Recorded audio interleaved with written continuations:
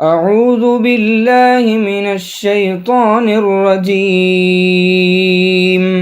I seek refuge with Allah from Satan the outcast.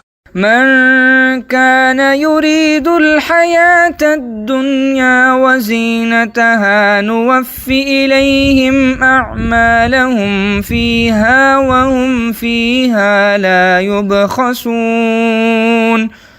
Whoever desires the worldly life and its glitter, we will fully recompense them for their deeds therein, and therein they will not be defrauded.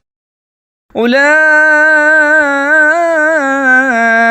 الذين ليس لهم في الآخرة إلا النار وحبط ما صنعوا فيها وباطل ما كانوا يعملون.